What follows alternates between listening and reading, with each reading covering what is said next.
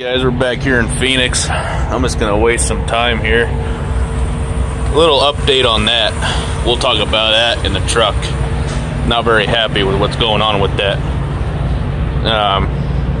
I'll go over that later though. I'm gonna be doing the weight issue recommendation video that I had sent over to me. First thing is first, we're going to go over is what are these tires rated for. Okay, max load single. Okay, well, there's two of them, as you see, so they're duals. So the single does not apply to us. Max load dual, 2,575 kilograms. Okay, well, in America we use pounds. So 5,675 pounds at 1,100, listen to me, at 110 PSI. Okay, so basically about 11,000 pounds or so for the dual. Okay, basically about 12,000 pounds basically. That's for the drive axle. Now, as you guys know, we can only have 34,000 pounds on our drives, okay, and 34,000 pounds on the tandems. My truck, a lot of the trucks are equipped with sliding fifth wheels. I know my truck is dirty. I've been trying to wash it for the last week, and ever since I got back from the cruise, I've been in rain, believe it or not, the last 2 days. Today is actually the first day I've seen the sun. Excuse me. But as you see, I've got the sliding fifth wheel on mine. I've been having to slide my fifth wheel on a couple of loads. Now, here at CFI, I tell the planners, the dispatchers, that I don't want anything over 40,000 pounds because, one, I like to keep my truck in good working order at all times. I don't like beating it up. Yes, the truck was bought, you know, to haul loads. That's what it was made for. But I want this thing to last as long as I can. You know, this is my second one. I've already dumped a lot of money into my first one. I ended up losing my butt on my first one. So this one has to last me as long as it really can and basically repay me on what I have between the two trucks. And it is doing it because I'm taking care of it. I'm not trying to haul heavy. But anyways, so these ones are 5,675 pounds, okay? So call it about 12,000 pounds or so. I'm still trying to wake up right now. Your steer axle is, oh, let's see here. Okay, there we go. Okay, it's a single 6,175 pounds at 110 PSI. Okay, so that's basically 12,000 pounds and some change, like 12,300. Okay.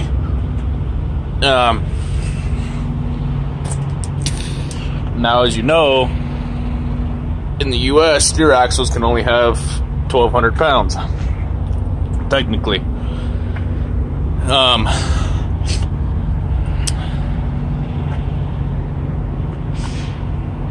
What was I getting at? Oh. So your steer axle can only be at 12,000 pounds.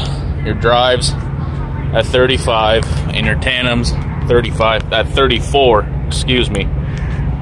And your tandems at 34 as well, bringing it to a total of 80,000 pounds. I'm gonna go inside and talk to you guys where it's a little bit cooler out, because right now I'm in Arizona and it's a little bit warm. Alright, we're back inside. The dash says 107, which I don't think it's true. It's probably more like in the 90s because the engine heat is probably messing with the sensor. But anyways,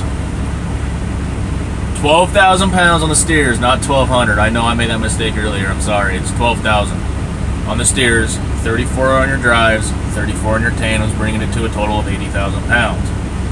Okay. The problem that I'm having with this truck, not really a problem. I knew this going into it before I bought the truck. Okay. I knew weight was going to be an issue. I knew that. Okay. The problem that I'm having is with some of these heavier loads that I pick up, the ones that I have issues with are the ones that are preloaded. We do quite a bit of preloaded trailers. We do a lot of dropping hooks as an independent contractor, owner, operator here at CFI. That's what they like to keep us doing because they like to keep us moving. Some of those heavier loads, you know, 42, 43, 44,000 pounds, I've had pulled 44, 45,000 pounds with this truck, no problem, and been legal. Okay. But I've had to slide my fifth wheel, which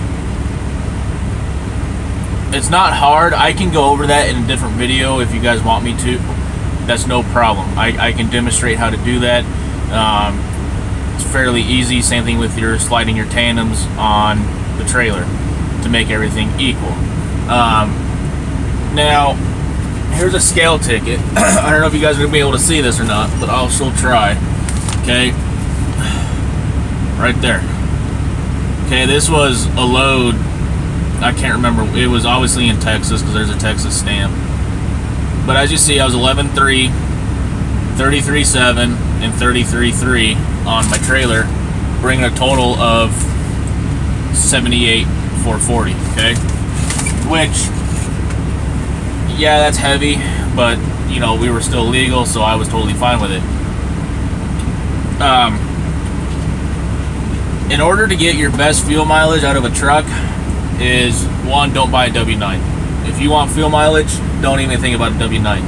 If fuel mileage is going to be an issue for you, don't look at a long hood, Pete, a W9. Go with a 660, go with a 680, a 587 Pete, stuff like that. I did not buy this truck for fuel mileage. I want to be clear on that. Owning one of these trucks have been one of my dreams. Okay, I started out with a T700, but that one was just a big issue, and I ended up replacing a bunch of parts. Then a month later, the engine ended up blowing up. But anyways, these trucks are not ideal for fuel mileage. Okay, they're the old school type trucks, if you want to put it that way. That's what it is. My average fuel economy is 6.2 to 6.4. That's all I get. I mean, luckily with this load, I've only got like 13,000 pounds on the trailer, so I've been getting 6.8 to 6.9 with this load, which is awesome. I mean, it's tremendous for me because it's a break in my pocket, which puts more money in my pocket, which is what we all want, right? But anyways, the issue with the weight is that my drives are usually heavy. They're usually pushing 34.3, 33.3. Where I got the fifth wheel set at now is basically perfect for all the loads that I've been pulling. Like you guys seen, I had on this load I was 33.7, and I believe that was with a full tank of fuel. So, and DEF, of course. So that was perfect. Now there have been some loads that I've pulled that are so flippin' heavy in the front that I've had to slide my fifth wheel forward. Sliding your fifth wheel forward will put more weight on your steers and take weight off your drives. It won't affect the trailer tandems at all. I had to do that on a couple of loads. No big deal.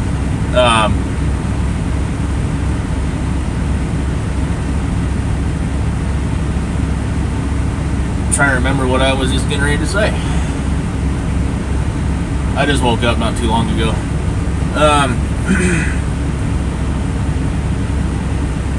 But yeah, I mean, as long as you I mean, you're gonna scale every load that it's. I always scale anything over 35,000. You know, I've got the suspension gauge in here, which is right there. Okay, right here. That's the suspension gauge, and it's currently reading at just under 30 pounds of pressure. Okay, which I only got 13,000 pounds on the trailer. Okay. Oh man. Maybe this will work. Okay. If that suspension gauge is pushing close to 60,000 or 60,000, listen to me. I'm getting numbers all mixed up today. If it's pushing up to 60 psi, you're basically right at 34,000 pounds, which, you know, you're at the limit. So what I always try to do to maximize the fuel economy in this truck, again, I didn't buy this for fuel economy, I'll be honest. One, it was a dream truck. I've always wanted it. I love the way they look, and I love the way they sit. I love the size of the sleeper, and they are very comfortable to drive. I can sit up here for hours. Now, granted, I'm 6'3", so I am getting a seat extender to be pushed back a little bit further, but that's a later video. That was some more of the updates that I'm going to be doing to the truck, but that's later. I can sit up here all day and drive, no problem. Yeah, my legs get a little tired because, you know, I'm tall. But in order to maximize the fuel economy in the truck, is you want that trailer up against the back of the cab as close as possible and safe as possible when you turn and stuff like that. Because the way that the aerodynamics work is when it comes around the hood, it goes around the cab and it goes around the sleeper, and it goes back into the back of the sleeper in front of the trailer. It causes a vortex, which is that wind is swirling backwards, pulling against the truck, which is causing drag on the truck. Same thing happens on the trailer. There's a big drag on the back of the trailer, pulling you backwards. So you got to use more fuel to break that and keep going down the road. Hills, you know, that's always a big factor in fuel economy. Wind, that's a big fuel economy thing. But regardless of the weight, I've only had to turn down 2 loads with this truck, which one of the loads I was picking up was 47,000 pounds. Now, I don't know too many over-the-road trucks I can haul that. That's more like a day cab load, okay? I turned that load down, and there was a load of paper that I turned down that was like 46 something, you know, and I'm not gonna do that. I didn't even hook up to that trailer, so I don't know how it would have scaled out, to be honest. I didn't want it, so I denied it. That's the only 2 loads I have denied at CFI, because they're too heavy. But yes, to answer the questions in a direct way, yes, there is a weight issue with the W9s, okay? But as long as you have a sliding fifth wheel, you're fine. And yes, sometimes you do have to plan your fuel out to the load. I don't like stopping every other fuel station to get 50 gallons of fuel, because let's face it, that eats your clock. We're on electronic logs out here. I am at CFI. I don't like doing that, but I will do that if it comes down to it. I mean, it really isn't a weight issue. It's more of a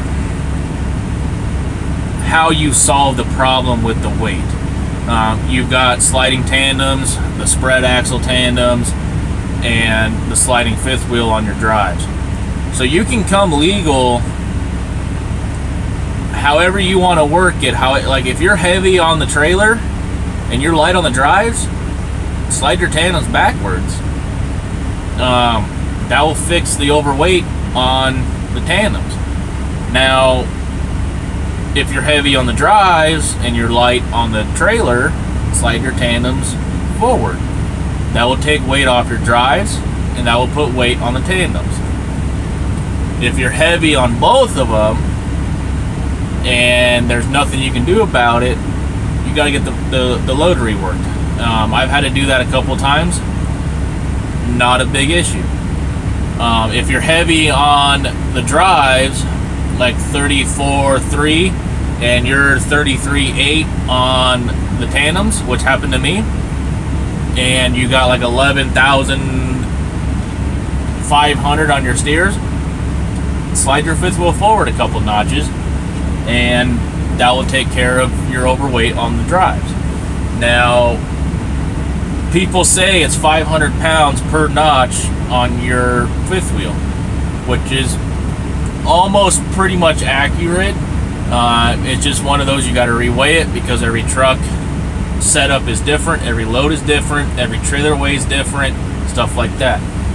But there is a slight issue with the weight, but everything basically I can fix by sliding my tandems and sliding my fifth wheel, like I said. But I will show you guys the window or the door seal sticker on the empty weight. Now keep in mind that sticker is from the factory. No added on parts, no fuel. That is just what cab and chassis weighs. No clothes, no nothing in here. Just what it came with from the factory. So here it is. We'll finish the video up here. That's basically it. Now, there has been times where I did have to slide my fifth wheel, like I mentioned before, which kind of turned out to be a funny story because I had to slide it forward because I was like 35 or 34.3 on my drives, which you'll get nailed for in some states, which, you know, I try to keep it below that 34,000 on my drives because, again, I don't like putting my truck underneath that strain. When you slide your fifth wheel forward, it basically takes off weight on your drives and it puts on the steer axle. It won't change anything on the trailer, on your trailer tandems at all. Now, to add on to that fuel, to get the best fuel mileage, if that's what you're after, you want to keep your drives and your tandems about the same weight.